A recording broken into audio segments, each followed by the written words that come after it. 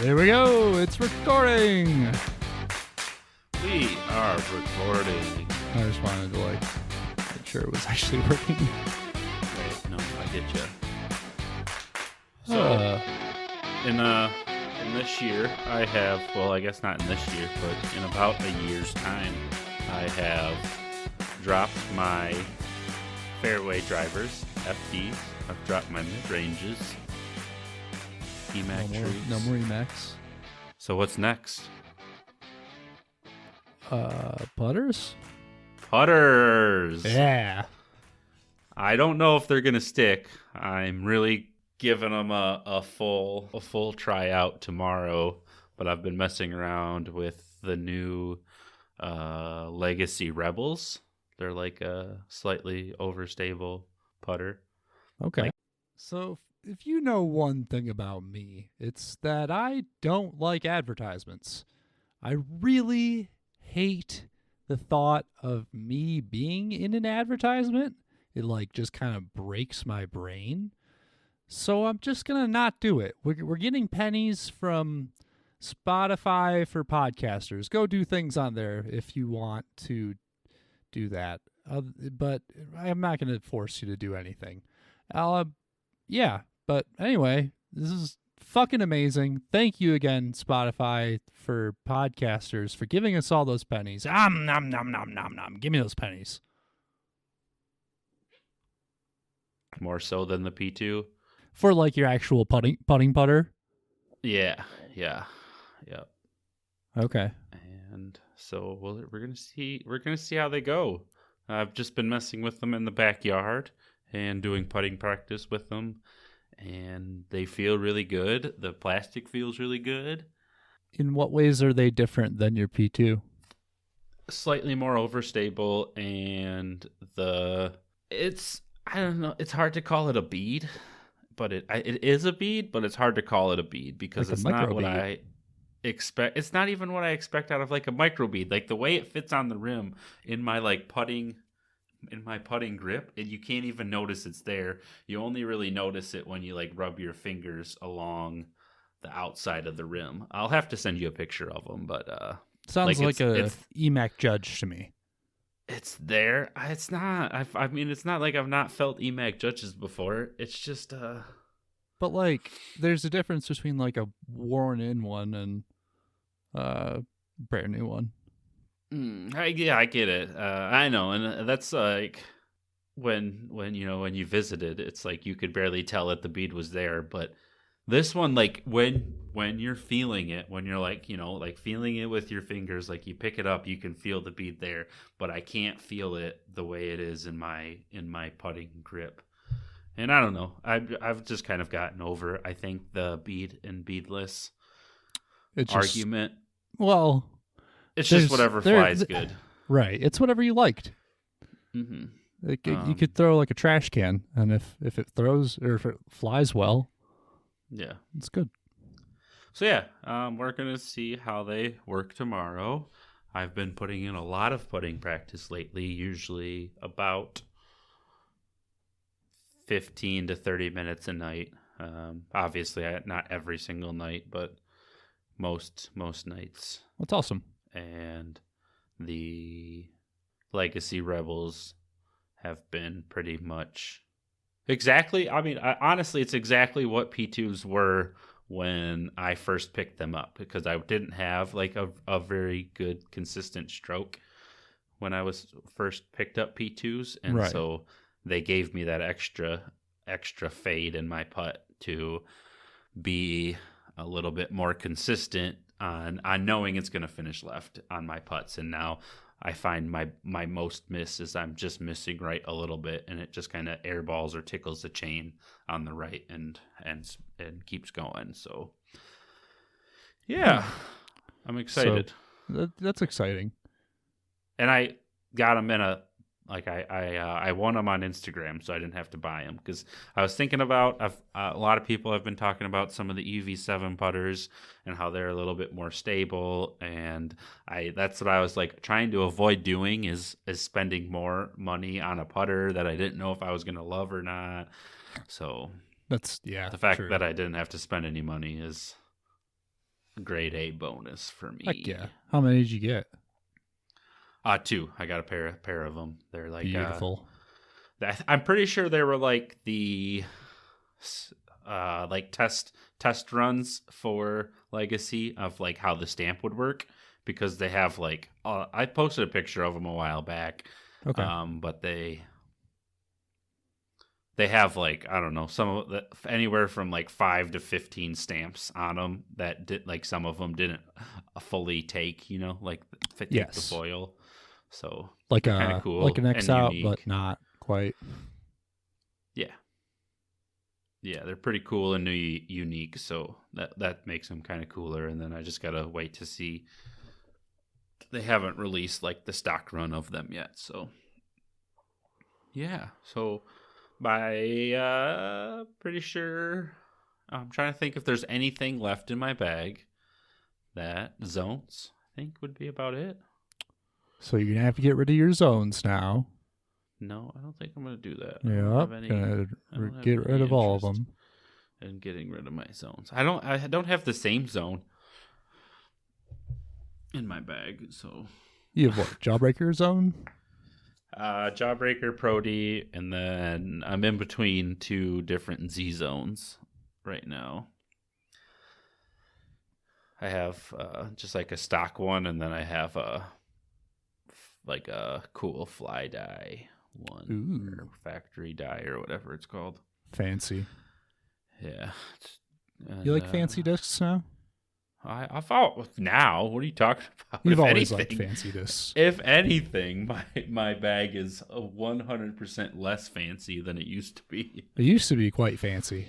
It used to be really fancy, and I keep. I'm gonna throw one of my old nice FDs back in the bag just to see one time. Yeah, see if you throw it. Just to see. Maybe tomorrow. It's weird that you wouldn't have a FD in your bag. It's like what I know you buy. Yeah, I like if you're like, listening, who are you? You're on the fence about if you want one of the new S-Line FDs. If you need a straight fairway driver, that thing is insanely straight. I don't know if I've ever thrown anything that straight. So I have this issue. I might make it back around to FDs, but I can't convince myself to bag FDs and not have my expensive ones in, but I'm also trying to move my bag away from things that are hard to replace. Yeah, which is smart. Mm-hmm. But I don't know. I like fancy shit too. It's just like there's something about holding something fancy. I don't know. But to be fair, ever since I took out all the fancy shit out of my bag, I have thrown, I think, 4 of 6 900 plus rated rounds. So hey, so yeah, that's. There's not like it's not inhibiting me in any way. Yeah, it's I feel like the fanciness is just for fun. Doesn't really help. It's like flame decals on cars. No matter what, I just think like Innova's Champion Glow Plastic feels great. I think is one of the main things. I really just love. Yeah, like that Color Glow Champion Plastic. One of my favorites. I don't think I have any of it, so maybe I'll have to. You don't have any more Sexton Firebirds? I do. I totally forgot about them. Okay, I feel like you have to have at least. They're off to the side. I never got into them. I don't know. Yeah, I mean, I don't feel like you really need anything that beefy in Colorado, but I could be wrong. Yeah, same. But yeah, all right. That's a good open. I'm Kyle. I'm Eric. Hey, we're the Oh No Disc Golf Podcast. Yes. Oh, yes, sorry. Did you want to say that? Did you want? My bad. I'm so used to introducing because we've been doing interviews for a month at least. Yes. Yeah. Okay. Yeah. We have been doing a lot of interviews. All Um, interviews. We're going to talk about that in 1 second, right after we hit these ads. Yeah. Check out disbaron.com where you use code right now. You use code 155402 for 10% off until further notice. So Check out. all the oh no codes that we put out into the world, Yeah, don't use those right don't now. use those. That's okay. It's just them. Yeah, it'll happen. It's fine. Check out frictiongloves.com where you can use code ONO20 for 20% off. And best way to support the show, head on over to our Teespring store and use code ONO for free shipping on any item. And as always, check out our social medias. Goddamn cat. Check out our social medias, mostly on Instagram. You can find us on Facebook, Twitter, TikTok, and YouTube. I've been trying on the old YouTubes. I'm trying. Yeah, I mean, we've been consistent on YouTube where it's not like we're non-existent. Yeah, it's just we're not big at all. What are you doing? Sorry. The cat being cat stuff, cat things. Over everything. Just normal cat stuff. Yeah, normal cat shit. Yeah. But yeah, you can listen to our episodes on YouTube and yeah, they do get and watch they get them. auto You can watch posted. quite a few of them, right? Isn't there a few Yeah. on video? Yep. Yep. And actually on Spotify too. Oh, yep. Yeah, I forgot. Spotify accepts that now. Yep. So weird, but if you're there, throw us a follow. I mean, check us why out. not? We It costs you we nothing. have 130 followers on Spotify. Really? I didn't even know that. That's awesome. Yeah. So thank you that was to cool. 130 That was pretty people. cool. We appreciate you. Pretty cool to see. I want to give a quick shout out to Nate Turner. If you enjoy disc review videos, I highly suggest following him or subscribing to him on YouTube. He does a really good job of reviewing, and he's got like a good arm. You know, he can throw. He's like AM1 MPO player. Nice. But he does really well editing and getting his videos out, and they've been very enjoyable to watch. So I always like to point out small Creators.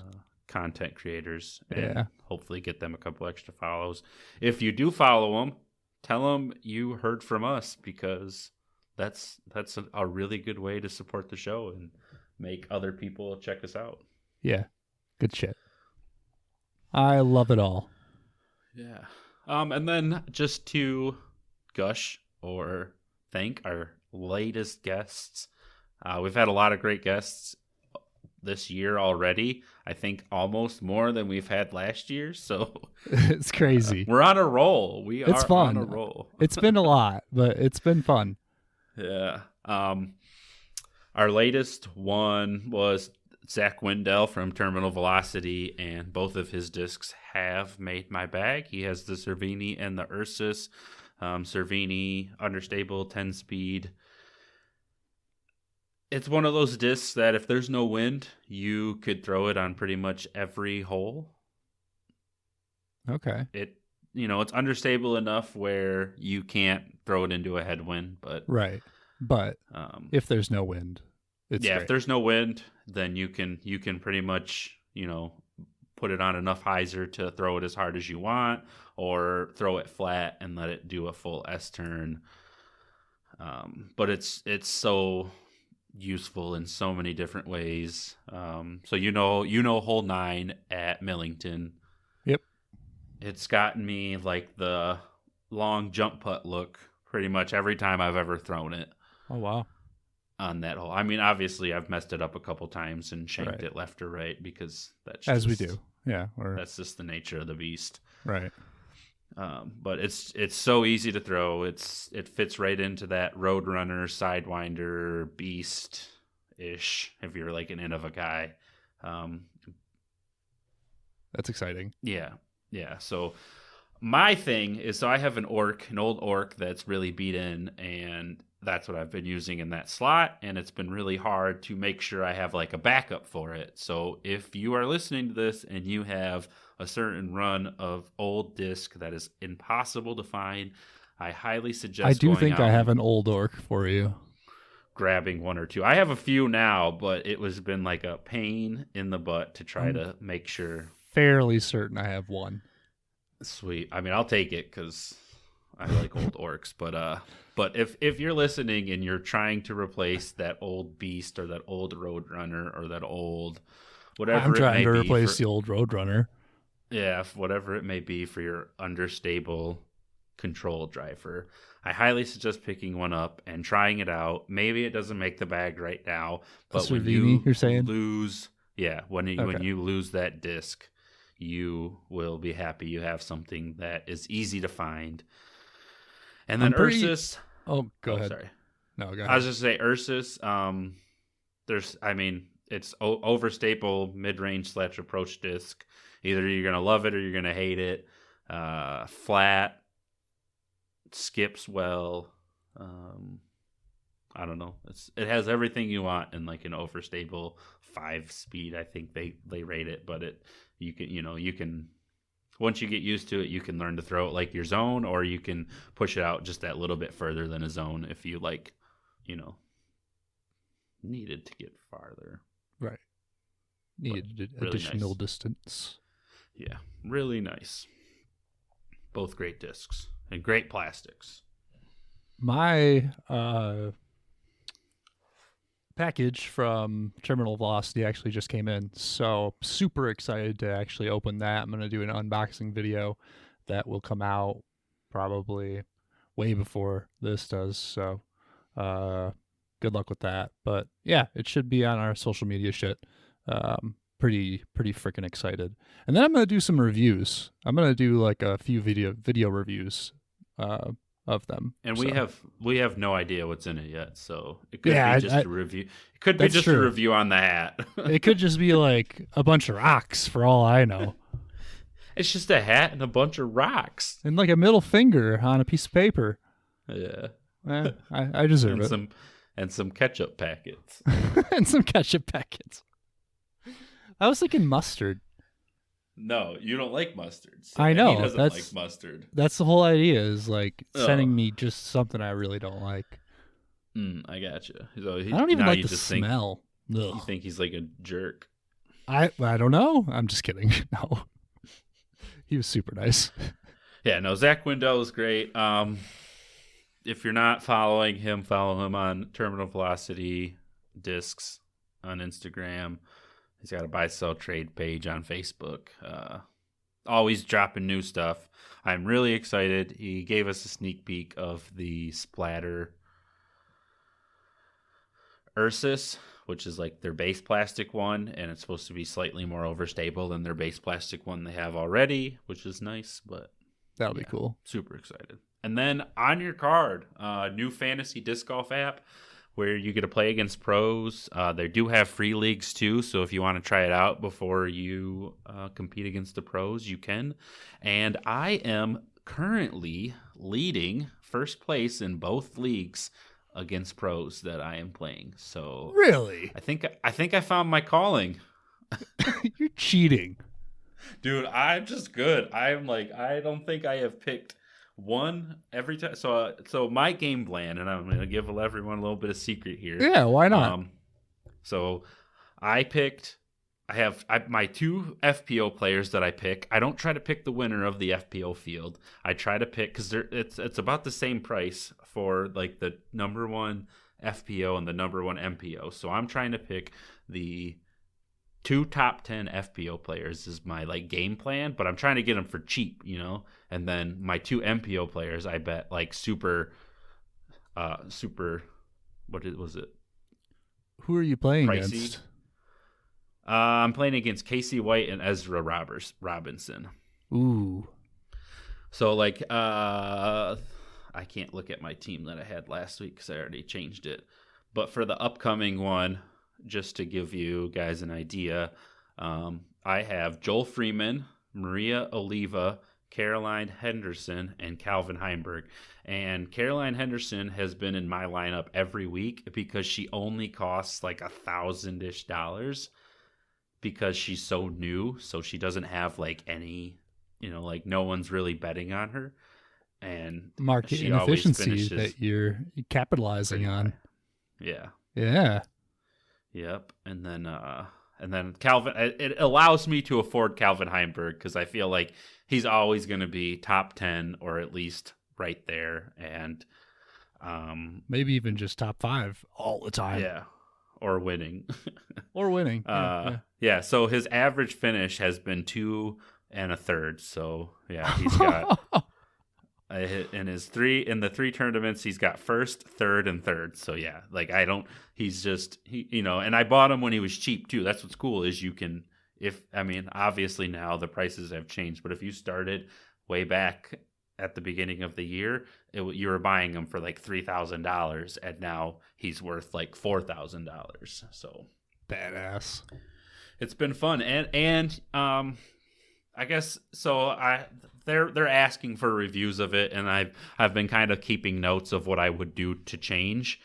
And one of the things I would change as soon as you can, but it may be more complicated than I think it is right in the app or right on the website or whatever. It tells you if they're playing the next stop or not, because like this one coming up is a silver series, so there's a lot of people that aren't playing it because it's a silver series, right? And you have to like go, it gives you a link to check on the PDGA page, but it still is like one more step. So that would be the first step I would try to figure out if it's possible. If it's not, or obviously it's possible, but if it's more complicated than it needs to be, then it's fine the way it is. But and what are you saying exactly? I'm sorry. Okay, so when you go to like your person's page, so for Calvin Heimberg, it lists how he played, but there's no place that lists the next tournament they're playing. Oh, okay. So you have to click on the link that just says check next tour stop. And then it takes you to the PDGA page so that you can look at his upcoming tournaments. But it would be nice if it just said, somewhere right on this page, playing Texas States this year or whatever. Like that's the next one is like, will be present at Texas States. Kind of like, like how in football there is like questionable or out, or yes. or active. Yeah. That'd be about the only thing that it would just be nice to not have to do that little bit of extra research, but that's just instant gratification. Yep. That's America, baby. That's showbiz, bitch. And last, one of our other guests that was awesome to see. We got to send a thank you to Bray Marsden all the way in New Zealand for getting us on the National New Zealand Disc Golf Championships. That's a mouthful. Yeah. It was, but it was a good mouthful. It's like a big spoonful of cake if you like cake. But yeah, it was awesome to see. If you didn't have a chance, MDG Media put on or filmed like the feature cards for MPO at the New Zealand Championships, and it was a great course. But it was awesome just to kind of see our names on the YouTube, on the YouTube video of it. Yeah, it's kind of special. Yeah, it was pretty sweet. Big jump for us, and we cannot thank Bray, Levi, and Ethan. Yeah. Ethan Stout enough for joining us on a podcast and chatting all things New Zealand disc golf and some things not disc golf, because that's us. Yeah. So make sure you support all of our friends. We have lots of them. Yeah. We've made a lot more in just this past, I don't know, 5 weeks, 6 weeks. Yeah. So Yeah, it's been a wild year so far. We've done, I think, 6 episodes, and only one of them has been just us. which, like, I don't know, we went for quite a while with just us. So it was Yeah. kind of nice to do some interviews, but I like going back and forth. Yeah, as I say, hopefully we'll get it balanced out. We just had a lot of things we wanted to be able to get like the episode out for. Yeah. We wanted, obviously we wanted our episode to be released before New Zealand Nationals, and then we wanted to get On Your Card out before the season got too far along, etc. Yep. So yeah. And now we could move on to the Disc Golf Network. If you've been paying attention, the Disc Golf Network has improved, as usual. Every year they kind of get a little bit better. And they've done a couple new things that haven't been great. Like what? So they added in it's called Tournament Central, and it's like, like College Game Day. I don't know if you watched a lot of college football. No. But you know what I'm talking about, right? Yeah. Yeah. And it's really weird. The first time they did it, it was like, you could tell it was green screen, but they made like the desk and the room so small, so these people just look like giants on the screen. It was so strange. Weird. And I think they're like, they're trying to work with people, and they're trying to find like new people to become faces for the Disc Golf Network, and I get it. And I don't think it's something they should scrap. I just think it's something that they need to improve as the year goes, and they normally do. What, you don't like shitty green screens? No, it was, dude. I'll have to go back and like pull it up and send you the picture and send you a screenshot of it, because it's just so funny. It's literally like the desk is probably a quarter of the height of like what the people are. Oh, if that makes sense. It's like like the proportions are so off that it's just like, I mean, I get it. I'm not watching it for the, for like watching these people talk. I'm watching it to listen and like hear the information. You don't want that to be distracting, essentially. Yeah. So my suggestion, DGN, is, if you're listening, because you have taken our advice plenty of times. Yeah, it's our everything we've done. Is get as many advertisements into Tournament Central as you can. Just stuff them in any way, shape, or form. Just get them all out, and then let put as few as you can into like on the actual coverage broadcast. Yeah. Okay. So like, fuck the site up. Yeah. 15 ads. I just feel like, to me, I feel like when I put on Tournament Central, I'm literally just putting it on as like a radio show. And all I want to do is hear what they're talking about, hear like, because they talk to like the on-course guy, whoever it may be, Brian Earhart, et cetera, et cetera. Yeah. And just kind of get like what the lay of the land is looking like for the day and stuff like that. And so just the audio is good enough. So you could do like where you did like the screen and, just pump out a few extra ads. And then you wouldn't have to have as many during live coverage when important things are happening, and you cut down the important screen to a quarter of the size of the TV or whatever you're watching on. Yeah, and fucking hate that shit. Yeah.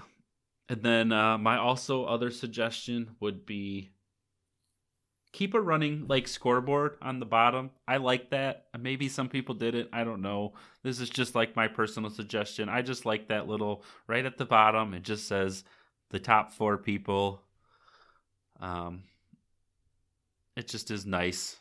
I mean, Jomez stopped doing it too, but I don't feel like I need it for Jomez as much because I'm getting an update on every hole, Right. whereas in Disc Golf Network it's jumping around from hole to hole to different groups and stuff like that. So yeah, it could be confusing. It's not like I'm not going to stop watching it just because of that. But it was nice. And then you can fit a little ad right there too, just a little one in the corner and sell that to somebody so you can stop showing a lot of ads because you guys have I've seen a lot of ads. Too many ads. It's been a lot of ads. The ratio. I don't like that you pay for this service and then you just get blasted in the fucking face with just a bunch of ads. Who am I supposed to vote for? The Republican who's blasting my ass, or yeah, it's just a big ass blast. Yeah, there is a lot of ads.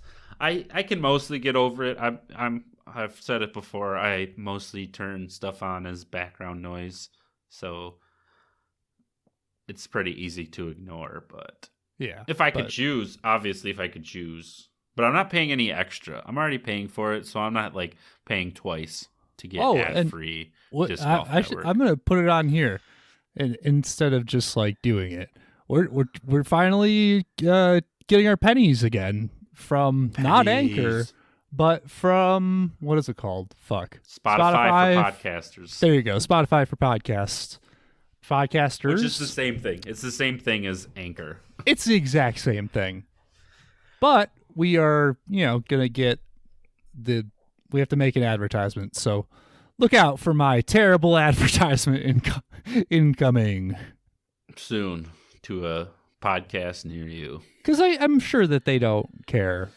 too much. No. So I don't. I mean, if anything, if we recorded a bad ad for them, they might care eventually. But I don't think they're going to listen to our whole episode to figure out if we talk shit about them or not. Oh, for sure. Yeah, and it's not like they're horrible or anything. It's basically just Spotify. So yeah, thanks Spotify. But yeah, at least they're giving us pennies again. Hooray! It's kind of a weird ad because it's like I wouldn't listen to a podcast to learn how to make a podcast. It's a stupid ad. It's really dumb. Yeah, no one's gonna. And we don't have. There's no code. There's no. It's just. Mm-hmm. It just. They just pay us a penny to say. Right. So Spotify for podcasters.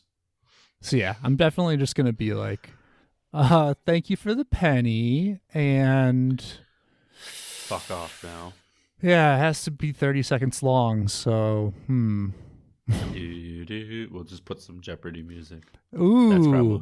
That's probably get a copyright strike. Yeah. Well, I don't think that they do that on like podcasts. Right. Yeah. I mean, what are they gonna do? Take our penny? Yeah. Yeah, there you go. They're gonna take our pennies. They are gonna take our pennies for sure. Well, that leads us into...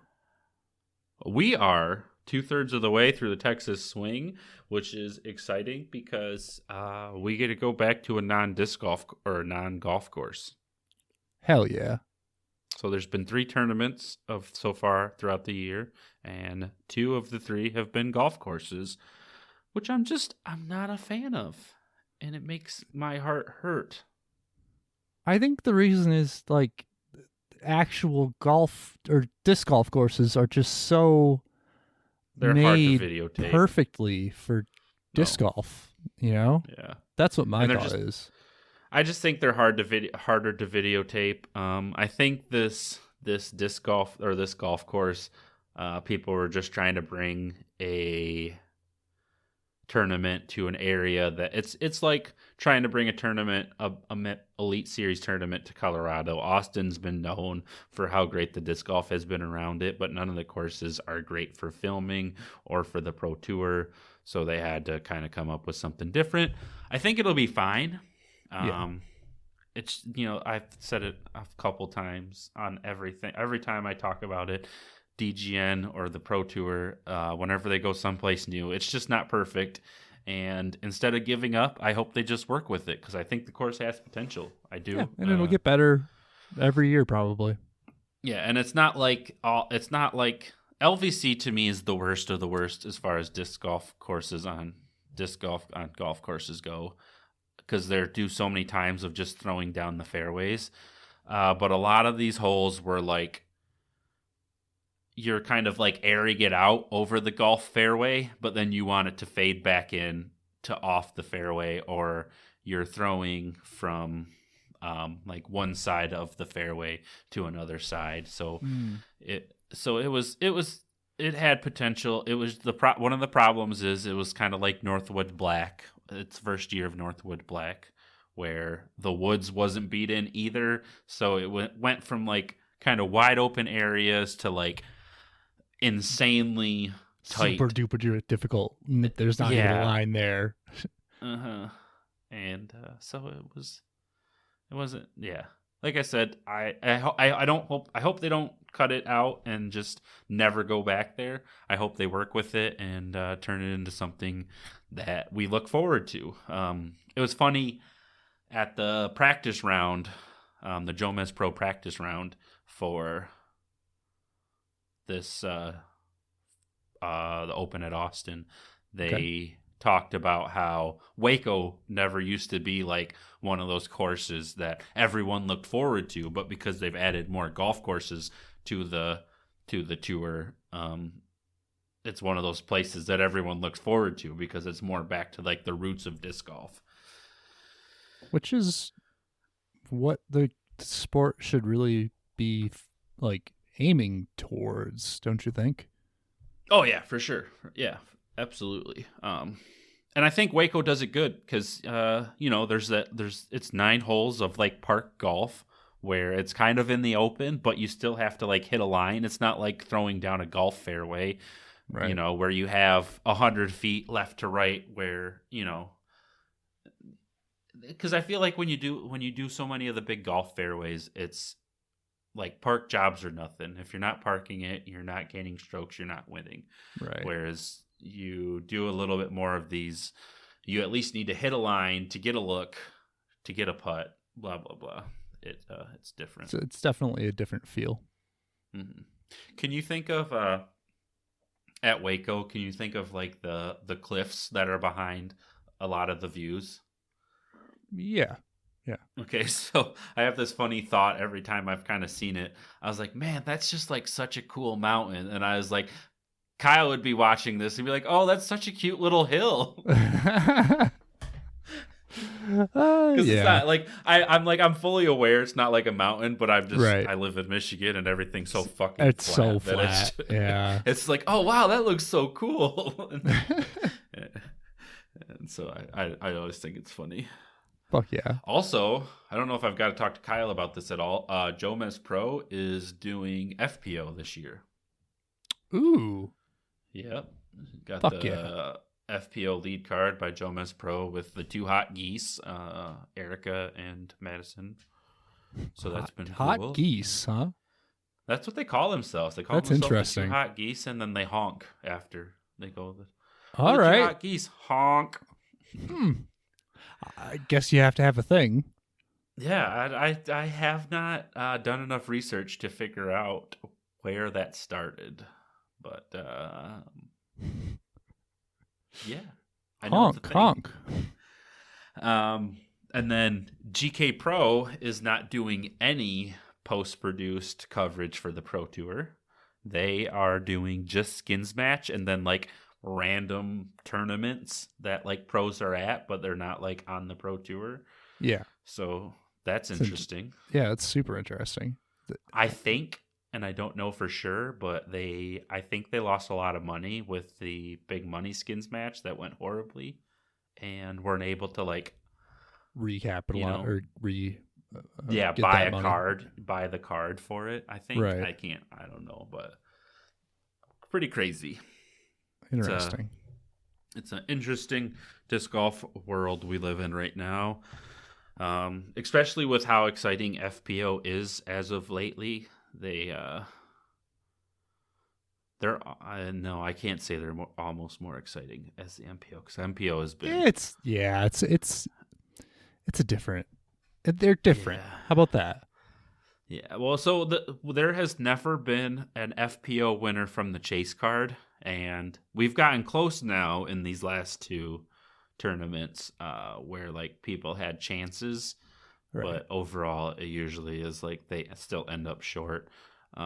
But an MPO is the first time ever that we had back-to-back events with a winner from the chase card.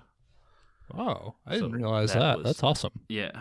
Kyle Klein won at Waco from the chase card, and then Gannon Burr won the Open at Austin from the chase card. So that's pretty cool. It's always nice. It's just really cool for being around and paying attention to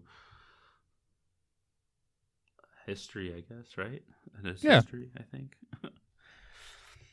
The history of disc golf, or like you know, modern history. I don't think it's ever going to be something that is like brought up as like this was the first time ever, but it's just it's like cool. I don't know. It's cool that and that people are just paying attention that much to. Yeah. Ricky's injured. There's no Ricky Wysocki as of right now playing disc golf. He tried but then dropped out. Wow. But I thought the ice baths. Swelling in his wrist. I don't know, man. But the ice baths, Eric, I feel great. I took an ice bath today and I feel fucking awesome. So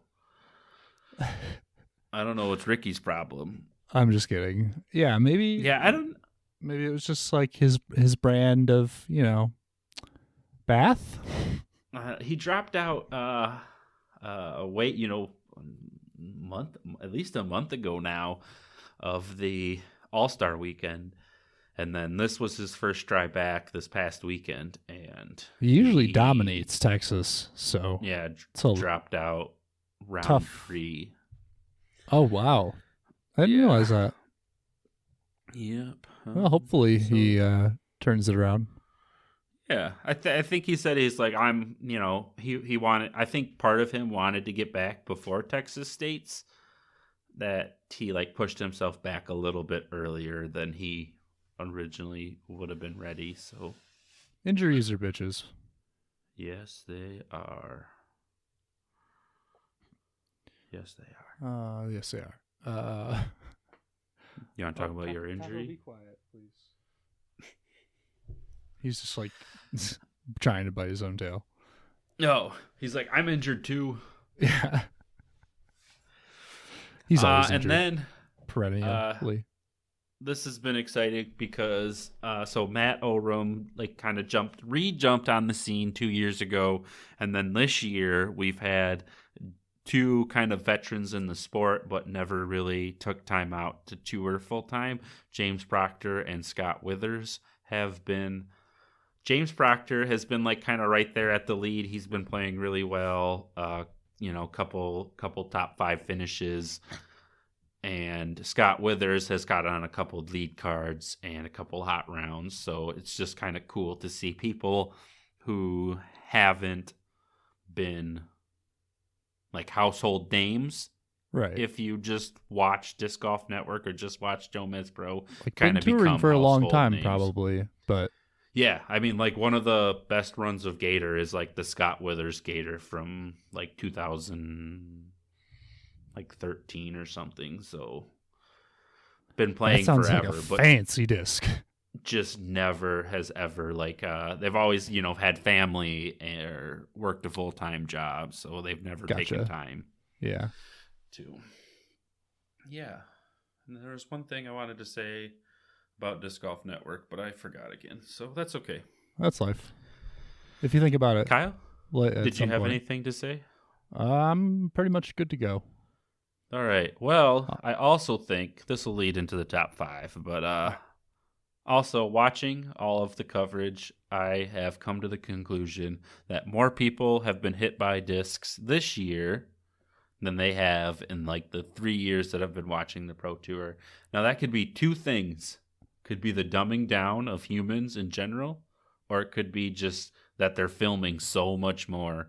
of everything possible that, you're just naturally going to catch those more often than not. Do you think there's like, because they've hit spectators too, right? Spectators, camera guy, and I don't know what Anthony Barella hit somebody, and it's really hard to tell because he was in front of the spectator line, but he wasn't a camera guy and he didn't have a spotter sign. So Ooh. I don't know if it was like a dickhead who was like running across the fairway to do whatever, something dumb.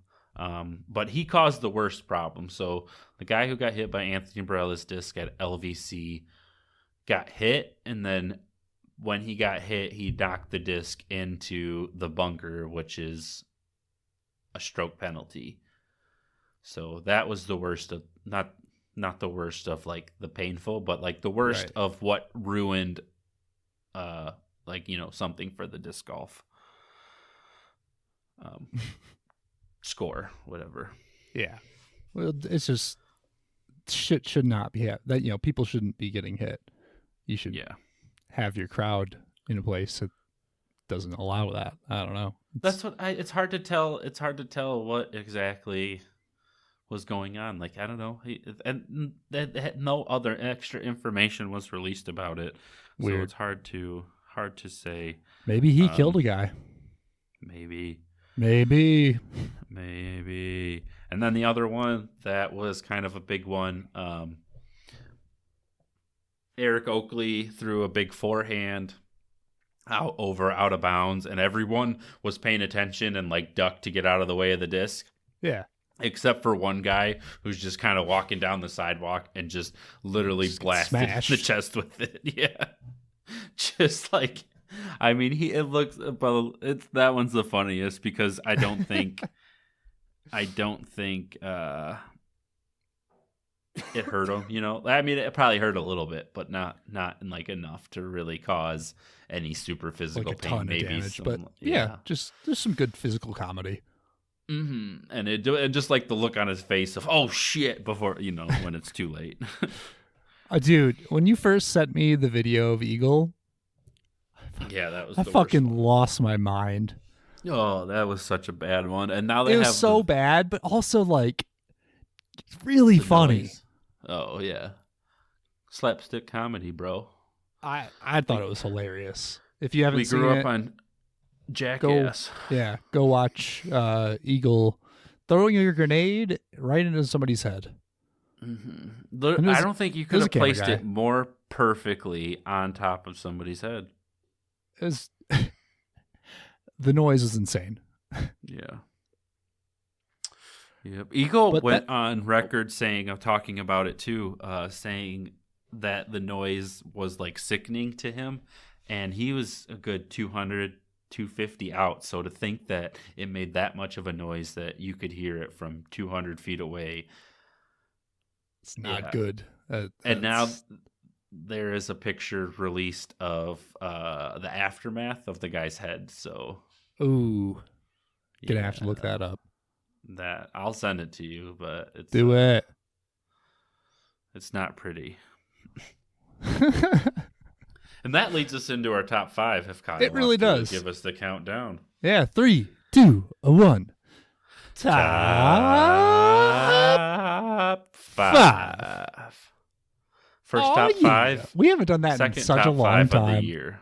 It's the second top 5 of the year. It felt weird. Yeah. I was like, is it a top 5? Do we normally do this? We're doing it. So for our top 5 today, we picked the top 5 worst places to get hit with a flying disc. And these are all imaginable because we have never thrown discs at each other on trampolines. Ever. Never done that. So number 5, mainly because it reminds me of my childhood of riding razor scooters, is the shin. Yeah. Because getting hit in the shin with anything hurts. Skateboarding too. I mean, one of the worst feelings is hitting your shin on anything. Yep. Did I ever tell you I have a gross thing? My right shin, I was running to go jump onto a golf cart, and Ooh, I missed the step. the step, and just caught the metal just like scraping against my fucking bone, and my bone now on my right like shin is forever like it like goes straight, and then there's like a Divot. yeah, well, it's more of like if fuck, how do I describe this? Gross. It sounds gross. It's gross. Yeah, it's gross. That's all. I don't know how that tangent happened, but Shins. They suck to get oh hit yeah, with shins. anything. Yeah, Especially a 70-mile-an-hour flying frisbee. yeah. It sounds like it would really hurt. Yeah. Probably worse after my fucking whatever terrible shinner Go-kart story. accident. I was a kid too. I don't even remember like. Kids should not be allowed to ride golf carts. Eh. Nothing good has happened with kids and golf carts. It taught me how to drive, I think. But yeah, it I learned can on the cause some lawnmower. problems.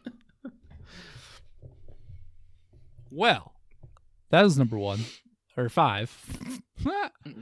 Doesn't matter. It's Yeah, not, whatever. I mean, it's kind of in an order, but at the same time, they would all suck. That's true. Number 4 is the ankle bone. Eric, you picked this one, didn't you? Yeah. Well, go ahead and It's the same, explain. dude, it's the same thing as the shin, except it's like right where your ankle rotates. Have you ever are like rolling your ankle? Oh, how much pain is in that little section? Yeah, there's a lot of nerves in that. Mm-hmm. Just Or like it hits that, and then your foot's, like that, your whole ankle swells up from getting hit so hard, and then you can't walk. Oh. Yep, that's great. Shin, I don't know. 4 and 5, those shin and ankle bone could be flip flopped, and I would agree either way. Anything down there is not Right. good. It's just because you have to walk then too. Like Mm-hmm. that's rough, especially when you have to work. Mm-hmm. Yeah, and stand on your feet.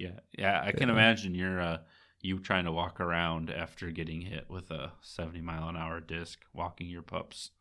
That would That'd hurt. be fun. That hurt like fuck. Yeah. I've been just so trying to be so careful because like I don't know. I hurt myself randomly all the time. Right. You're like, yeah. I can't take any time off. These pups need me. They do. They need me. I just got back from like a week off, dude. They were so excited to see me. I bet. It was great. I had a great time today. Be great. Dude, it was awesome. Not only do you get your like exciting puppies of your own puppies, but you also get exciting puppies of your clients' puppies. Yep. It's pretty sweet. They look forward to it. It's just all good. Love it. Good things here. Yep. As long as you like dogs. Yeah. Most people do. Or they're wrong. Number 3 is pretty much speaks for yourself. Face and or nose. Anything in the face would hurt, specifically the nose, because I don't know if it's just me, but the lightest like bumps on my nose send me into tears. Yeah. Have you broken your nose before? I have not that I know of anyway. Okay. But it hurts. Just like the lightest bumps on my nose hurts. You have a lot of cartilage. It's a big nose. I have a big nose. You have a big nose. I have a big nose too. So yeah, big nose probably guys. Smush it. Like if I just like took a disc right to the nose, it would smush. Just all the way down. I'm not willing to risk that.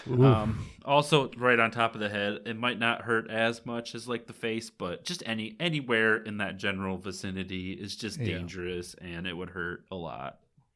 Yeah, a lot of nerves in that area. Also, a lot of nerves in the next thing. If you're a male, dick and balls. Yeah. Just I'm sure. I said balls, and Eric said the dick. And I was like, well, no, getting hit in the balls would be way worse. It'd be like way more difficult to get to, but like, if it was like a 1 in a million shot. No. Yeah, I agree. Nope, I didn't disagree. I think balls would be worse. Balls would be but definitely worse. It was hard just to be hit your balls. It'd have to be like suck to get hit in the dick too. Yeah, a jackass stun at that point. Yeah. Yeah. So that would not be. Can you imagine just sending like a roller, like at each other's dicks? No, I can't. Early Jackass was such a weird thing. Dude, I know. So there, Kona Panis, when she first signed with Dynamic, did a thing where they threw discs full speed into her What? Yeah, I'll have to find it on YouTube and send it to you. But when she first signed with it, yeah, her and I think it was Eric McCabe lined up and threw discs it was like a small YouTube channel people and that's what they do is I can't even remember the name of it, but at people, yeah, like full like drivers. I'm into it actually. I don't know. I dig it. I mean, oof. But yeah, Jackass is a really weird thing. It's funny because it's as Jackass progressed, it got more about like dick and ball torture than it did just like. I mean, they just still did stunts, but it was like the farther it went on, the more dick and balls was in the movie. Yeah, that's true. They did quite a lot of dick and ball stuff pretty early on, though. If you look at the early on, they're just like sitting in a room and they just were throwing balls. Mm-hmm. Oh my God, that dude. Craziness. Rough. Woof. And the number one, because I feel like if you're going to get hit anywhere and it has a possibility of killing you, it's going to be here. We picked the Adam's apple or right in the neck. Dude, you get caught right in the throat. Yeah. You're going down. And you might, I mean, there's a good chance you don't die, but if there's any place where if you're getting hit with the disc and you have a chance of dying, I feel like it's there. Absolutely. Yeah. Because that could cause so many issues. And, yep. Yep. Don't even want to think about that. Oh my gosh. Just like the feeling of you just losing all chance of breathing for a while. Yeah. Sounds horrible.